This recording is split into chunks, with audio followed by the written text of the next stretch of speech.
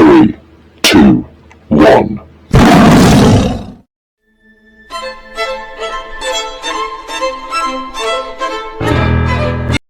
Hi guys, I am back. Guys, मैं आज आप लोगों के लिए लाई हूँ स्पाइडरमैन नो वे होम। तो आज हम इस मूवी के बेसिक पॉइंट्स के बारे में बात करेंगे।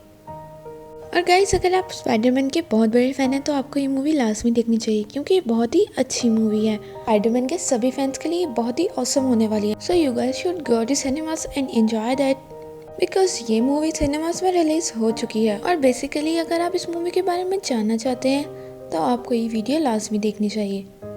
तो बगैर किसी देरी के मूवी को स्टार्ट करते हैं। मूवी का स्टार्ट प्रीवियस पार्ट के एंड से ही स्टार्ट होता है, जहाँ पे जे जोना जॉनसन की वजह से हर किसी को पता चल चुका होता है कि स्पाइडरमैन कौन है, और हर कोई उसको मिस्टर की डेथ का जिम्मेदार मान रहा था। यहाँ पुलिस भी इनके घर पहुंच चुकी होती है, क्योंकि सभी उसको एक क्रिमिनल समझ रहे थे और उसका किसी अच्छे कॉलेज में एडमिशन भी नहीं हो रहा था। और इवन उसका ही नहीं, उसकी वजह से उसके दोनों फ्रेंड्स नेट और एमजे का भी एडमिशन किसी भी कॉलेज में नहीं हो पा रहा था। इसीलिए वो डॉक्टर स्ट्रेंज के पास जाता था। अब वो चाहता था कि सब लोग ये भूल जाएं कि वो ही स्पाइडरमैन है और सबके दिल से ये यादें खत्म हो जाएं, और वो इसीलिए इनके पास हेल्प के लिए आया था, और यही उसके लिए लास्ट ऑप्शन थी।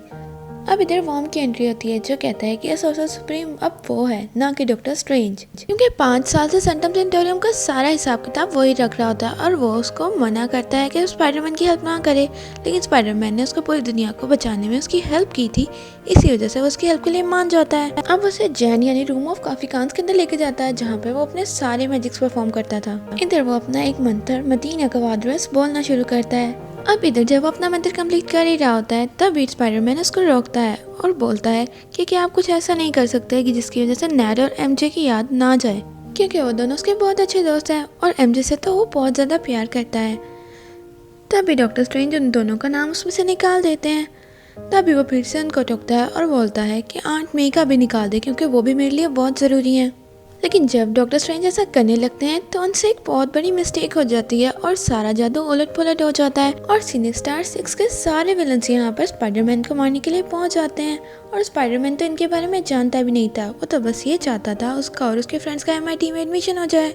इसीलिए वो अपनी हेड के पास जाता है, लेकिन उसको पता चलता है उसकी हेड जा रही है, तो इसीलिए उनको कार में ही रोक लेता है और उन्हें बोलता है कि आप मेरी वजह से मेरे फ्रेंड्स का फ्यूचर खराब मत करें। और तभी डॉक्टर ऑक्टेवियस वहाँ पर पहुँच जाते हैं और अपने 4 हाथों से स्पाइडरमैन को मारने लगते हैं। इधर स्पाइडरमैन नहीं समझ पाता कि वो ऐसा क्यों कर रहे हैं। वो अपनी प्रोटेक्शन के लिए अपना नैनो टेक्नोलॉजी वाला सूट पहनता है, तभी कुछ नैनो पार्टिकल्स उसके आर्म पर लग जाते हैं। अब एक प्रॉब्लम खत्म नहीं हुई थी, तभी वहाँ पर हम देखते हैं ग्रीन गॉब्लिन भी आ चुका है और उसने भी स्पाइडरमैन पर हमला कर दिया है। लेकिन तभी डॉक्टर स्ट्रेंज वहाँ पर आ जाते हैं और डॉक्टर ऑक्टेवियस को अपने एक मैजिकल केज में बंद कर लेते हैं। अब स्पाइडरमैन भी इनके सामने आ चुका था और वो पूछता है कि ये सब मुझ पे क्यों हमला कर रहे हैं। तब डॉक्टर स्ट्रेंज उसको बताते हैं कि मंत्र में गलती की वजह से ऐसा हुआ है। अब इधर वो उससे पूछते हैं कि वहाँ पर कोई और भी था, जिसपे वो बताता है यहाँ पे ग्रीन सूट वाला एक आदमी था। इधर डॉक्टर स्ट्रेंज समझ जाते हैं कि इनकी गिनती 2 नहीं बल्कि सारे के सारे विलन्स यहाँ पर आ चुके हैं और अब इनका मुकाबला करना बहुत मुश्किल है। और वह स्पाइडरमैन को कहते हैं कि उनको सारे विलन्स को इधर उनके पास लेके आना पड़ेगा, और इसके लिए वो अपना एक मैजिकल गैजेट भी उसको देते हैं ताकि वो इन सब को उनकी अपने यूनिवर्स में भेज सकें। और स्पाइडरमैन ये अकेला तो नहीं कर सकता था, इसीलिए वो अपने दोनों फ्रेंड्स को भी वहाँ पर ले आता है। अब ये तीनों फ्रेंड्स रूम ऑफ काफिकांस में बैठ के मल्टीवर्स विलन्स को पकड़ने की प्लानिंग करना स्टार्ट कर देते हैं। इधर हम लोग जानते हैं कि सब लोग पीटर पार्कर के अगेंस्ट हो चुके थे, इसीलिए वो उसके सूट पे ग्रीन लिक्विड डाल देते हैं, जिससे उसका सूट खराब हो जाता है। पीटर पार्कर उसको साफ करने की बहुत कोशिश, मगर एट द एंड उसको अपने सूट को उल्टा करके पहनना पड़ता है, जिसकी वजह से हम एक नया स्पाइडरमैन को देख पाते हैं जिसका सूट ब्लैक था।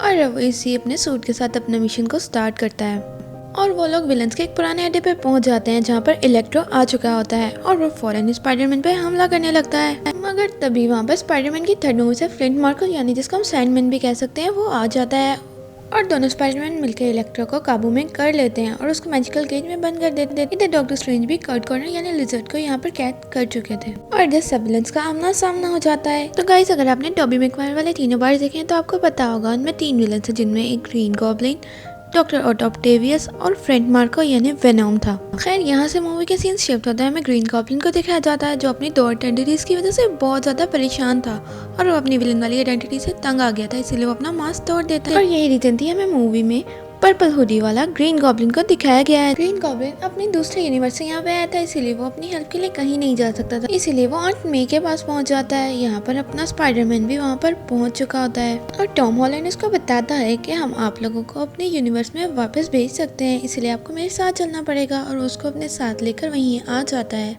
और गॉब्लिन को देखकर डॉक्टर ऑक्टेवियस वहाँ पर बोलते हैं कि तुम तो मर चुके थे, तुम कैसे जिंदा हो गए। इधर हम पे रिवील होता है कि ये सब विलन्स जैसे ही अपने यूनिवर्स में मरने वाले थे तभी इस यूनिवर्स में आ गए, और जैसे ही अपने यूनिवर्स में जाएंगे तो ये सब मारे जाएंगे। तो स्पाइडरमैन के माइंड में अपनी आंट की एक बात आ जाती है कि कैसे उन्होंने बताया था कि सारी पावर्स अपने साथ रिस्पॉन्सिबिलिटीज लेकर आती हैं, और वह समझता था कि इन सब का भी इस यूनिवर्स में कोई ना कोई रोल है, इसीलिए वो डॉक्टर स्ट्रेंज को वहाँ पे रोक देता है। इधर इन दोनों की बहुत ही जबरदस्त फाइट होती है। इधर डॉक्टर स्ट्रेंज अपने ग्लास आईएमओ में फंसाकर उससे अपना मैजिक बॉक्स लेने की कोशिश करते हैं। तो स्पाइडरमैन समझ जाता है कि एक ये ज्योमेट्रिकल मैप है, और अगर वो इसको समझ जाए तो वो डॉक्टर स्ट्रेंज को रोक सकता है।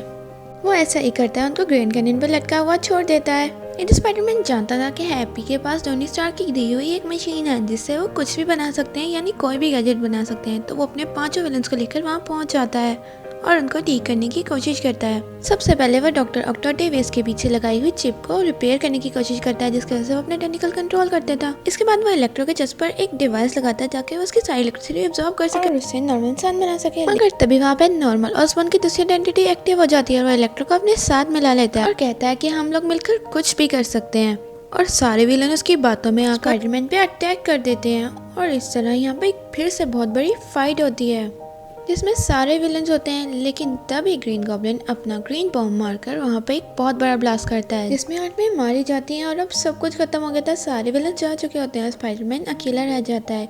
यहाँ पर उसके दोनों फ्रेंड एमजे और नेट सोचते हैं कि अब वो अकेला है, उनको उसकी हेल्प करनी चाहिए। तभी नेट को उधर डॉक्टर स्ट्रेंज की मैजिकल रिंग्स नजर आती हैं और इधर वो गलती से इस मूवी के स्पाइडरमैन 2 यानी एंड्रयू गारफील्ड को यहाँ पर ले आता है, जिस पर एमजे उसको बोलती है ये अपना स्पाइडरमैन नहीं है, तुमने किसको बुला लिया है। अब नेट यहाँ पे फिर से एक पोर्टल खोलता है जहाँ पे से थर्ड स्पाइडरमैन यानी टॉमी हॉलैंड भी यहाँ पर आ जाता है। अब ये दोनों स्पाइडरमैन एक दूसरे को देखते हैं और बोलते हैं कि हम लोग कैसे यहाँ पर आ गए। तभी इनका मल्टीवर्स का कॉन्सेप्ट समझ आता है और ये दोनों आपस में बातें करने लगते हैं। अब इधर नेड और एमजे उनको सारी सिचुएशन के बारे में बताते हैं और बताते हैं कि इधर हमारे स्पाइडरमैन पे सारे विलन्स ने हमला कर दिया है। अब ये दोनों स्पाइडरमैन टॉम हॉलैंड वाले स्पाइडरमैन के पास आते हैं और इधर टॉम हॉलैंड वाला स्पाइडरमैन को कहता है कि हम तीनों मिलकर इन विलन्स को हरा सकते हैं अगर हम इनकी सारी पावर को कंज्यूम कर ले और किसी जगह पे सेव कर ले। इसके बाद हम इन सबको इनके यूनिवर्स में भेज देंगे और उसके बाद जीना या मरना इन्हीं के हाथ में होगा। इधर से ये लोग हैप्पी हॉवर के घर में जाते हैं और टोनी स्टार्क की मशीन से अपने अपने विलन के लिए पावर कंज्यूमिंग डिवाइसेस बनाते हैं। और गाइस इसके बाद आता है इस मूवी का सबसे बेस्ट सीन जहाँ पे तीनों स्पाइडरमैन को एक साथ दिखाया जाता है जो अपने विलन से लड़ने के लिए जा रहे होते हैं। और गाइस यहाँ पे बहुत ही कमाल फाइटिंग सीन्स दिखाए जाते हैं। और इधर मैं एक बात क्लियर करती चलूँ कि सबने सिनेस्टार 6 के बारे में कहा था, यानी इसमें 6 विलन हैं, लेकिन ऐसा कुछ नहीं है, यहाँ पे सिर्फ 5 विलन है।